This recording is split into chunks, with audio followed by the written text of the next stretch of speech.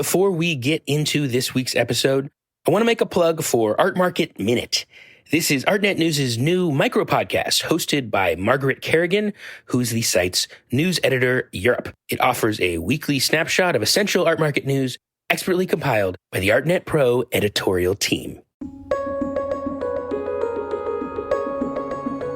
There's no way to replicate a concert just by watching it on your laptop. And it's the same thing with auction houses. Hi, I'm Andrew Goldstein, and this is The Art Angle, a podcast from ArtNet News where the art world meets the real world, bringing each week's biggest story down to earth.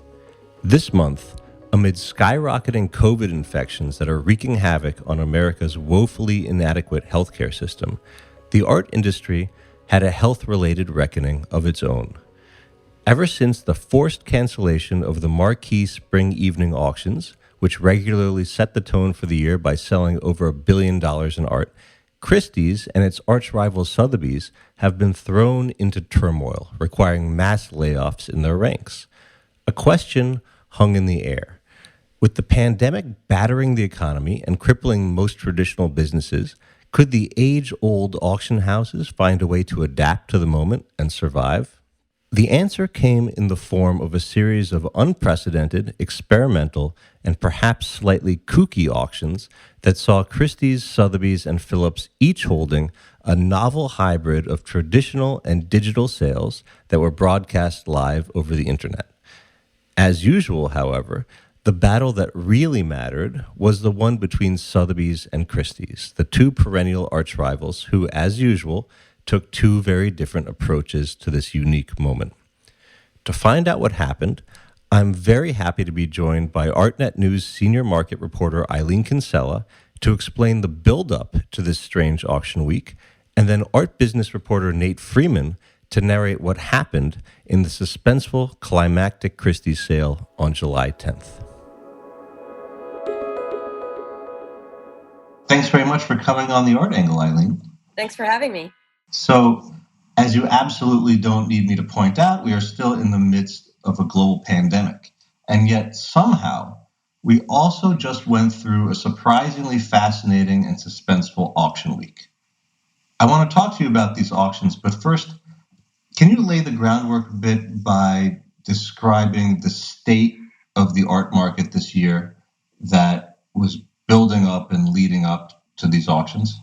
Yeah, I think everybody was in a state of shock at how rapidly things came to a close and a lockdown. Like, we were all here in mid-February planning our armory show visits and our TFAF visits, and things started escalating somewhat rapidly. So for the auction houses, they're probably just at the very start of the curve of business getting for their May sales 3 or 4 months out. So things are probably just starting to heat up at that point. And then we go into a complete and total lockdown. So I think the first couple of weeks were just kind of a state of shock on everybody's point. And they were very much dealing with a moving target very early on in the process.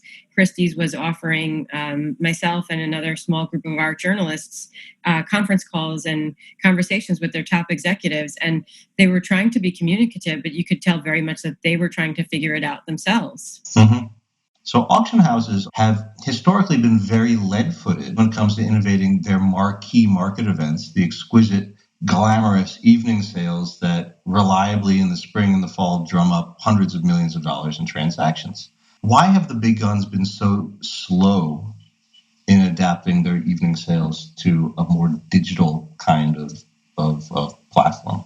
Yeah, that's a great question. And what they have done in the past is kind of go in fits and starts. Like, I know this is a long time ago, but back in 99, when internet companies were taking over, eBay tried to form some kind of an e-commerce venture with Sotheby's. And maybe that was just too early. People just weren't comfortable with buying big ticket lots online. And that's evolved over time where people have gotten more comfortable. But I still think there's a little bit of a kind of a psychological barrier sometimes to buying art online. And then, of course, also if you're Sotheby's and Christie's, you want your digital initiative to look just as sleek as your York Avenue sale room or your Rockefeller Center headquarters. So the bar is really high in order to be able to sell something of the caliber of, say a Mark Rothko or a Francis Bacon. You want it to be somewhat similar, somewhat mimicking the IRL, in real life experience. And I think that's part of why it's taken a while for them to evolve and get on board with these things and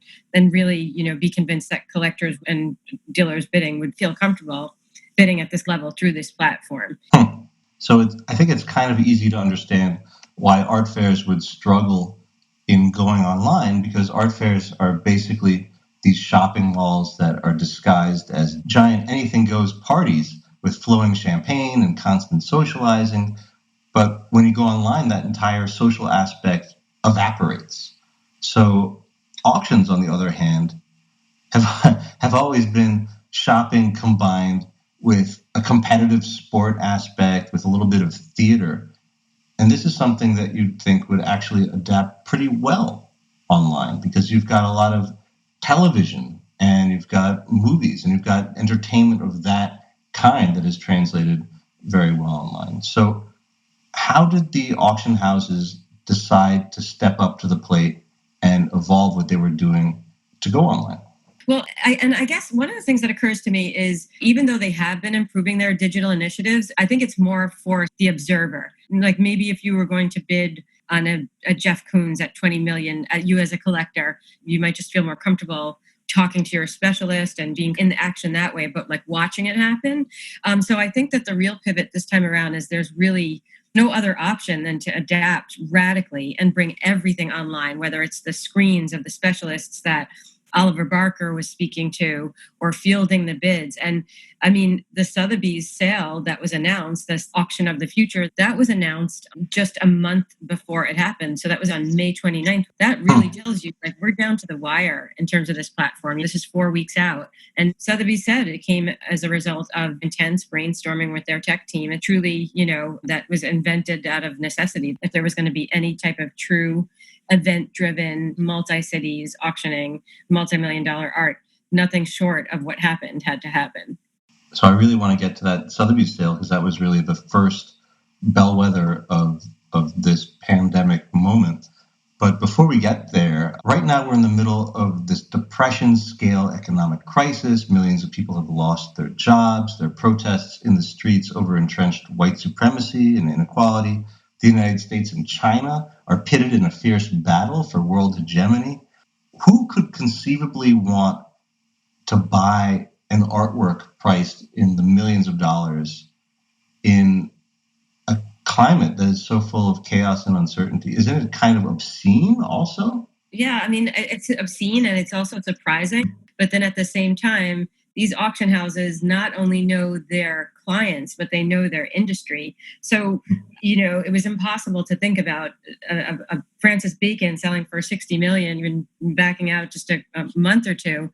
But now that I've been talking to advisors and other clients of the auction house in the lead up to the sale, they were pointing to a couple of factors. One is that really there has been a lack of event-driven market events. I know that we had the online viewing rooms as a substitute with the fairs, but the feedback I'm getting is that those things take place over a couple of days. It's not, this huge event that's packed into a small time frame. And then the other side of it is just purely business side. One of the attorneys I was speaking with today mentioned that, she has a lot of clients that are dealing with estates, and the estates have to pay taxes on them, whether you own stocks or real estate. Oftentimes with uber wealthy people, artwork is a big component of that. And if you can't get anybody to see your work or value it, you're really wondering where the market is at. So there's a real hunger to see a public auction market, even in an unprecedented time when a lot of people are out of work and we're all on lockdown. The art business is still a business, and the auctions are a major, major barometer of that. They said that, but you can even see the auction houses grappling with that, because a couple of months ago they were saying that there was going to be at least some form of a live in-room component. And, we were all waiting to see how that played out with the New York City cap on how many people could be gathered at once. So eventually they had to admit, yeah, there won't be an in-person component. It will be all online. So that's the confluence of factors that have made all this possible. So in addition to this larger market question of buyers and sellers, there's also another factor that's taking place behind the scenes when it comes to the auction market. Because for years, the auction world has had a pretty strict hierarchy, where at the top You have Christie's, the kind of industry-leading auction house owned by Francois Pinault, the luxury goods billionaire, that has always staged the biggest, splashiest auctions. And then you've got Sotheby's, which is the perennial arch rival and competitor that can get in some really good wins every now and then, but typically is the second place auction house. When you look at the way that the sales were held and the material that was there, one dealer, he described it as responsible in terms of the material that they got, the prices that they offered it at. And they all sort of played to their strengths in a way. Like, you're talking about how Christie's has these big splashy sales. They kind of stuck to that, and they had some really trophy consignments. I mean, Sotheby's did have the most expensive work in terms of the bacon, but you kind of saw that they all stuck to their strengths. I do think that all the houses made a very concerted effort to have these really tightly choreographed sales, which means that you had to blend both impressionist and modern with post-war and contemporary. And when you have to consolidate those two sales into one marquee sale, you really have to focus on hitting the right price point and offering the right materials, which is what you need at a time like this when the broader backdrop is uncertain. So you've spoken a little bit about the Sotheby's sale, and I'd like to actually delve into what happened in it. So how did Sotheby's evolve its auction strategy to adapt to this moment? What was its sale like? It did feel a little futuristic and sort of disembodied at some points, but I think that that's inevitable when you have these rows and tiers of phone banks, and your specialists are all dressed up and standing 6 feet apart, and they all look amazing. And it was just this almost like a sci-fi type of setup, but it was done really well. You never saw any pauses. Oliver Barker, who helmed the sale, was based in London, and he clearly had this big bank of screens in front of him, and at all times had a lot of information being fed to him. And I've seen him handle in real life auctions, and he does a very skillful job.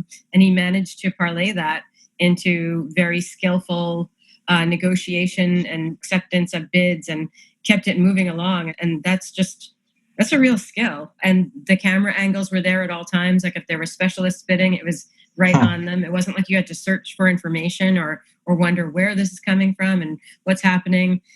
Also, each time that a lot came up, there was a screen right alongside there with, close-ups of the work, background information, the estimate. So everything was, I think, displayed in a way where you didn't have to go hunting for information. It was actually a pretty user-friendly experience.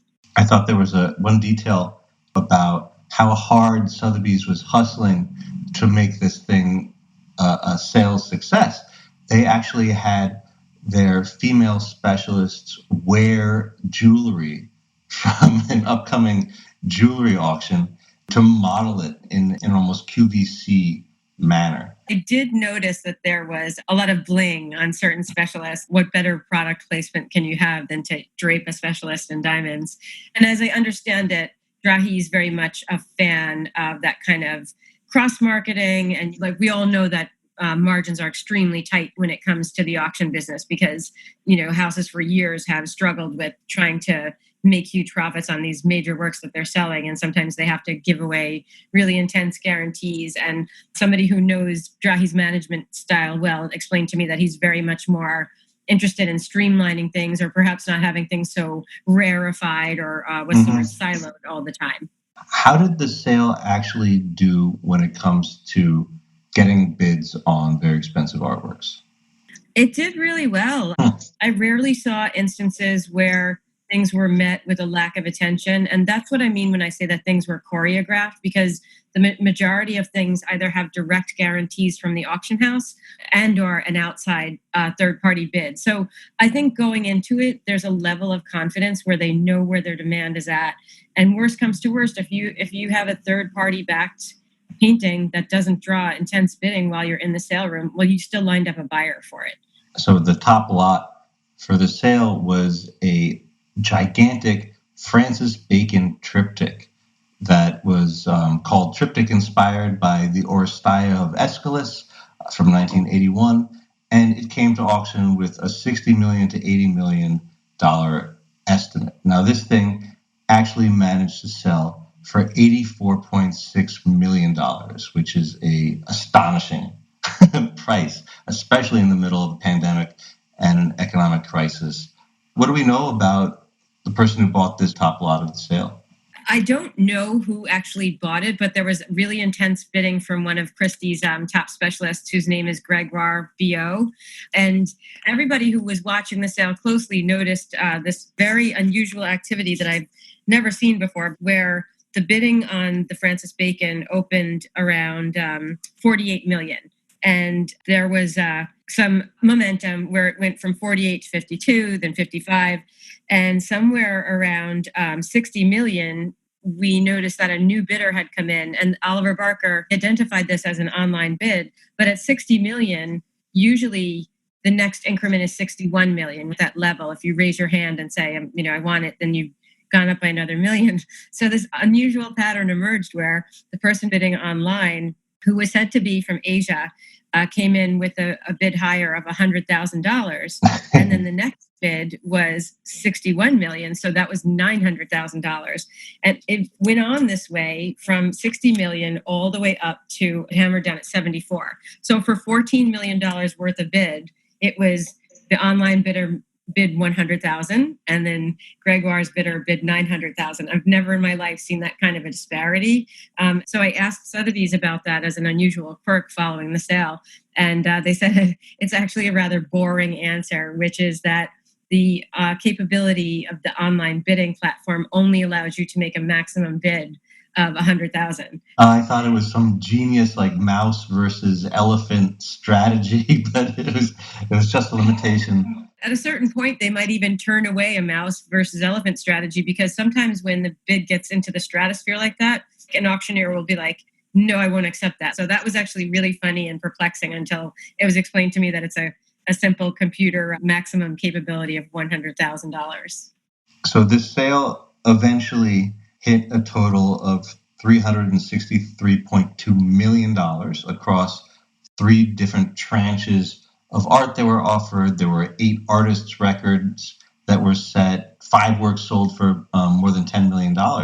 Phillips had their sale next, and they had a white glove sale, which means that it was a flawless sale of 0 buy-ins, and it brought in $41.1 million, including the premium, which was very impressive.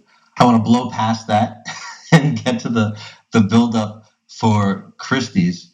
So what was the strategy that Christie's decided to adopt in doing these pandemic sales, and how did it differ from the Sotheby's strategy? Their strategy differed from Sotheby's because the key thing was taking place across 4 different cities with 4 different auctioneers. As you probably know, the order was Hong Kong, then Paris, then London, and then ending in New York with the bulk of the most expensive works of the sale. And, they talked about it as a relay sale. So there was little breaks in between. So it was a mixture of Impressionist and modern and post-war masterpieces. A lot of them were fresh to the market. And their strategy was just to try to hone it down and calling it one and hosting it across 4 different cities around the world in different time zones. Okay, so I think we've set the table here. We have an insurgent Sotheby's with a cost-cutting new owner who's retooling the operation to compete with Christie's. You've got a very strange and volatile marketplace. You have Christie's having a very innovative and ambitious sale, the first time they've ever attempted anything like that. Thanks very much, Eileen. As they say in the sporting world, let's throw to Nate Freeman to give us the play-by-play on the actual Christie sale. I'm here. I'm glad to be on. Nate, this is your first Art Angle appearance. That it is. And very happy to have you. So you've been a habitué of auction sales rooms for years. You've been reporting on sales all over the world. You've mastered the arcane arts of spotting bidders and getting sellers to tell you, their secrets. What did you make of the auctions that were leading up to the Christie sale in terms of how they compared to the feeling of being in the thick of an auction room? Well, nothing compares to actually being in the sales room during an evening auction. The drum up to the actual first gavel hit is a cavalcade of billionaires and their wives and girlfriends coming into these swank auction house lobbies, and you're mingling, and there's champagne, and I don't think there's any way to reproduce that in video form. So I don't think that when it came to what Sotheby's and Phillips were doing, um, they were trying to recreate an evening sale like they were in the before times. I think what they were trying to do was really just focus on the business at hand. Nate, you're blowing up. I'm sorry. Is that a source? It is, but these things happen. I'll try to mute the This is a messages. good time for me to say that Nate Freeman is also the author of ArtNet's Wet Paint Gossip column. So he's constantly getting inundated with tips from his tipsters. Gossip never sleeps, Andrew. So the Christie sale happened last Friday. How did you decide to approach covering this very strange new kind of weird auction format? Well, instead of going to the auction house at Rockefeller Plaza and looking at the works in person and talking to sources while there, maybe having lunch with a few specialists, what I did was I trailed, quote unquote, Sarah Friedlander, who's the deputy chairman of the post-war contemporary art department, for 24 hours before the sale happened. So I got a sense of virtually, yeah. I wasn't actually there with her, but I got a great sense of how Christie's was preparing for this very new kind of hybrid sale. Obviously, Christie's is prepared for any major evening sale, had multiple teams working on individual lots to make sure that everything kind of was choreographed ahead of time with guarantees, with bidders that could play off of each other. They really just had everything sort of tied up beforehand. And that's why they were able to have such a successful sale. So let's get to the sale. How did it actually kick off? How did they begin the festivities? So things kicked off a little late, actually. They weren't really trying to be like a rock star, keeping the fans at bay as the anticipation grew. I think this was a technical difficulty. But when it did begin, it began with a run of a few works that were being sold in Hong Kong. And it kicked off with this incredible painting by Martin Wong of the Statue of Liberty, sort of in repose, crying. And it seemed like sort of an acknowledgement of the crisis that we're in right now. And I found that was a sort of brazen way to kick off the sale, to be like, look, we know that caseloads in America are getting worse by the day. We're in an unprecedented health crisis. We're going ahead with the sale. And with that, the sale just really started to rip. The first few lots in Hong Kong, you had a record-breaking George Condo sale, which I don't think that anyone was really expecting, and only eclipsed the record by $700,000. And just to see these records breaking for artists was a really great opening run for the sale. Mm-hmm. And then it went to Paris and to London, of course, all digitally. It was a fun gambit to have this sort of multi-continent approach, but at the same time, with no one in the rooms, it was just people calling in or bidding online. One thing that I thought was interesting was that even though you had these 4 sales rooms that were scattered between Hong Kong, Paris, London, and New York, they all had different lighting. You had a very brightly lit New York stage kind of set, and then in London you had this almost Caravaggio-esque kind of dark, lighting with all these dramatic shadows. There was something like the visualization of a global art marketplace. It did seem to be a kind of a remarkable way of doing business. But do auctioneers like to share the stage with each other? I think there's certainly a camaraderie among anyone at Christie's who's trying to make money for Christie's. I don't think that personal ego is getting in the way of the greater goal, which is to beat Sotheby's, obviously, but also just to make a lot of money and keep their clients happy. So how did the competition work out? Were there bidders in New York that were bidding with the New York auctioneer, or was there more crossover? Did they joust with each other? There was certainly some crossover, as there would be in any evening sale in London or New York, where you have people calling in from the other side of the pond that it's not taking place in, and then of course from Asia, and all over the world. And so I think that it was just a matter of where the work that the region wanted was being sold. So, I think you would have New York collectors calling in to bid on the Matthew Wong piece in Hong Kong, certainly. I think that there was some from the Americas on that lot. Just because it was being offered in Hong Kong doesn't mean that it was just appealing to Asian collectors.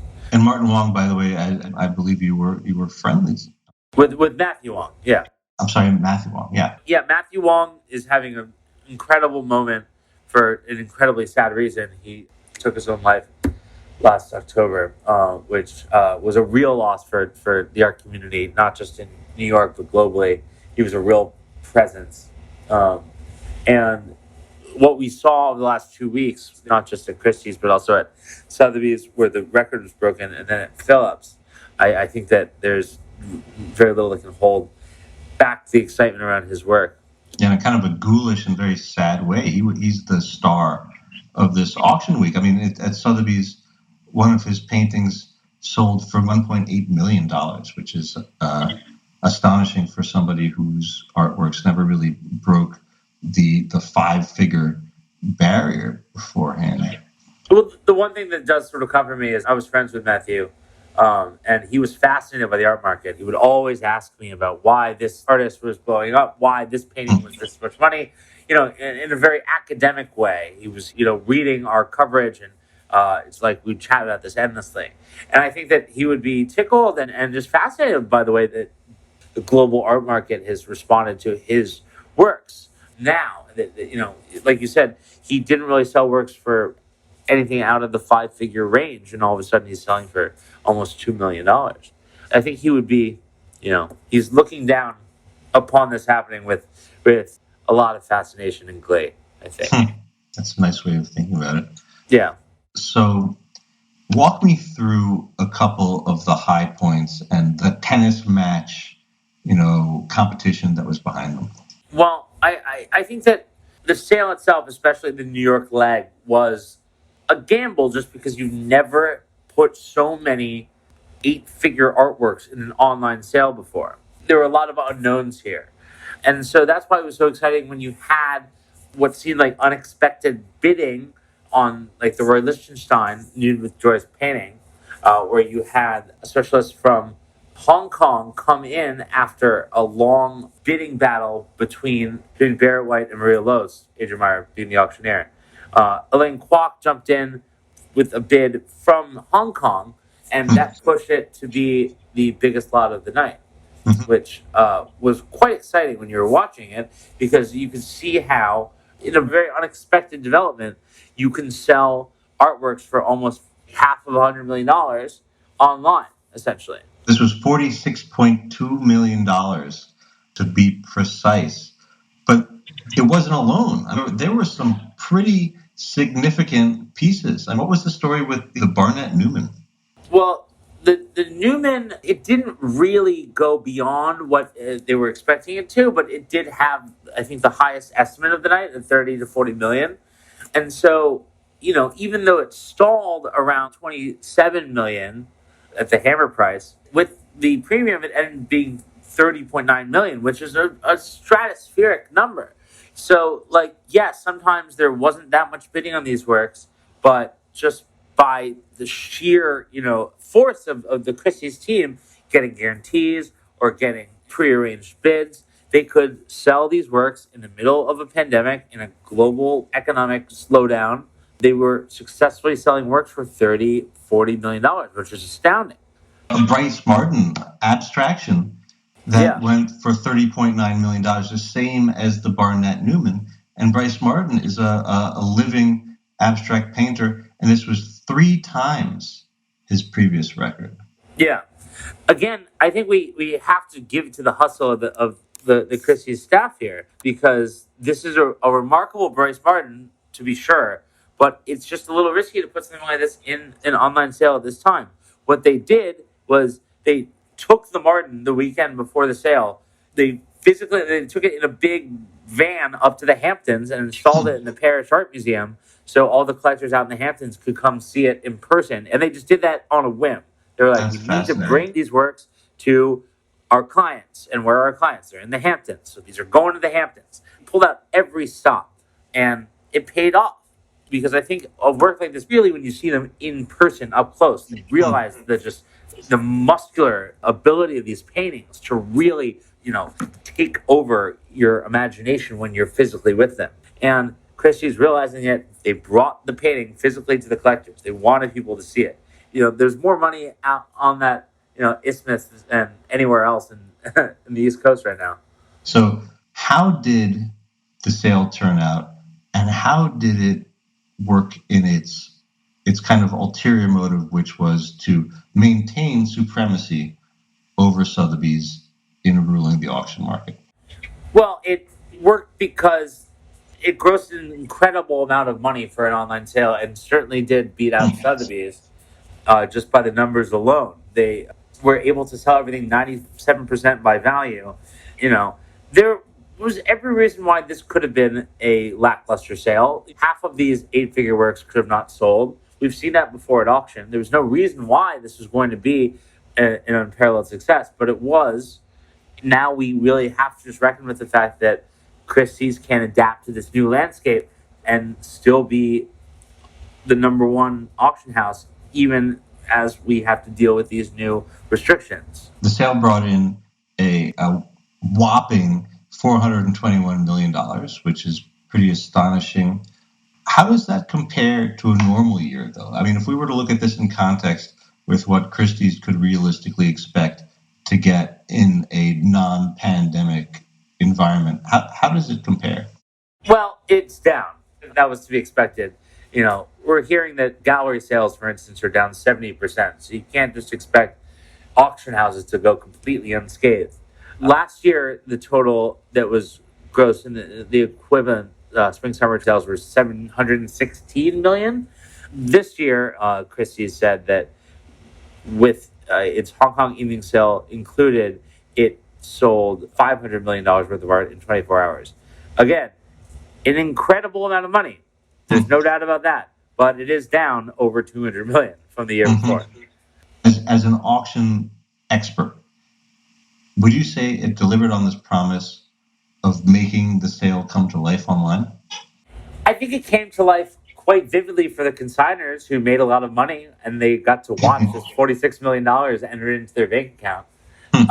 But for the average viewer that didn't have a stake in what was going on and would be able to compare the experience of watching online to the experience of going to a number of auctions, and I'm talking about myself here because I obviously don't have any skin in the game money-wise, it was not, you obviously couldn't compare, but that's just the reality of the world that we're living in. There's no way to replicate a concert just by watching it on your laptop.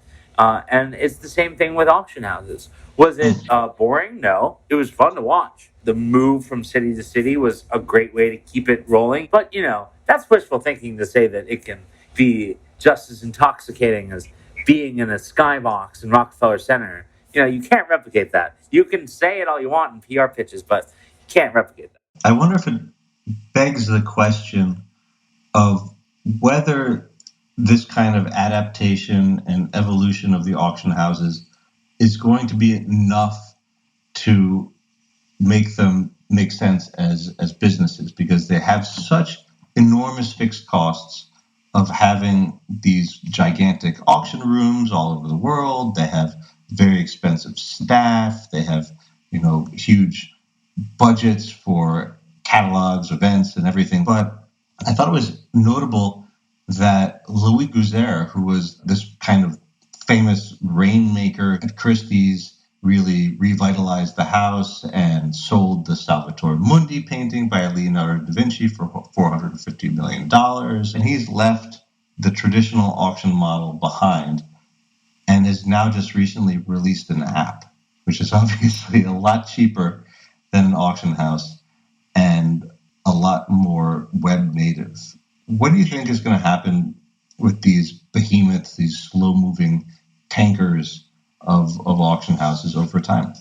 Well, I think that it's hard to say what's going to happen in the long term, but in the short term, like we said, even if you're selling $500 million worth of art, that's $200 million left. So the $200 million has to come from somewhere.